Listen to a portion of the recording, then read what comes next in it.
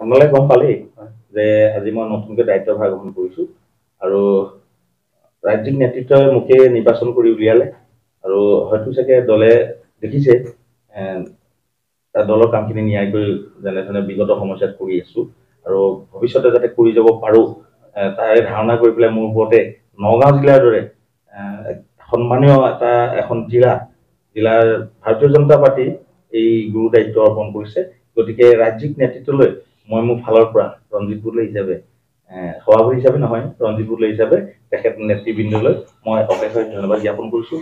বিশেষকৈ ধন্যবাদ জ্ঞাপন কৰিছোঁ আমাৰ জনপ্ৰিয় মুখ্যমন্ত্ৰী ডক্টৰ হিমন্ত বিশ্ব শৰ্মা ডাঙৰীয়ালৈ, লগতে আমাৰ ভাৰতীয় জনতা পাৰ্টি অসম প্ৰদেশৰ আমাৰ সভাপতি ভৱেশ কলিতা ডাঙৰীয়া, লগতে অসম চৰকাৰৰ মাননীয় মন্ত্ৰী শ্ৰী পীযুষ হাজৰিকা ডাঙৰীয়া, লগতে ধন্যবাদ জ্ঞাপন কৰিছোঁ আমাৰ জনপ্ৰিয় বিধায়ক শ্ৰী শৰ্মা ডাঙৰীয়ালৈ, লগতে ধন্যবাদ জ্ঞাপন কৰিছোঁ আমাৰ চামগুৰি সমষ্টি নৱনিৰ্বাচিত আমাৰ যুৱ নেতা জনপ্ৰিয় বিধায়ক বুলি চিনি পায় আমাৰ ডিপ্ল'ৰঞ্জন শৰ্মা ডাঙৰীয়ালৈ, তেখেতলৈ ধন্যবাদ জ্ঞাপন কৰিছোঁ।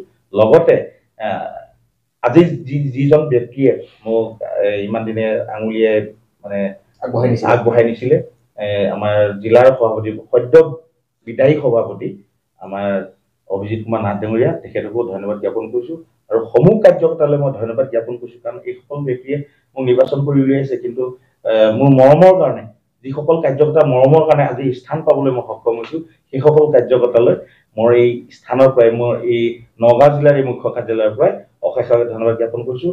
তেখেতসকলৰ পৰা ভৱিষ্যতে আশীৰ্বাদ আশা কৰিছোঁ আৰু পৰামৰ্শ আশা কৰিছোঁ আৰু মৰম আৰু ভাল পোৱা। আমাৰ বিহু তিনিটা নহয় জানো, সকলোৱে জানে বিহুতি আদৰ বিহুতি সাদৰ বিহুতি আমাৰ প্ৰাণ, বিহুতি এনেকুৱা বিহুতি এৰিব লাগিলে নাথাকে অসমীয়া মানুহ। গতিকে বিহু আমি সকলোৱে উলহ মালহেৰে পালন কৰিম। গতিকে সকলোৱে মনবোৰ আনন্দৰে ভৰি পৰক, সুখেৰে ভৰি পৰক আৰু সমূহ নগাঁওবাসীৰ লগতে সমূহ অসমবাসীলৈ মাঘ বিহুৰ শুভেচ্ছা জ্ঞাপন কৰিছোঁ অন্তৰ ভৰা। ধন্যবাদ।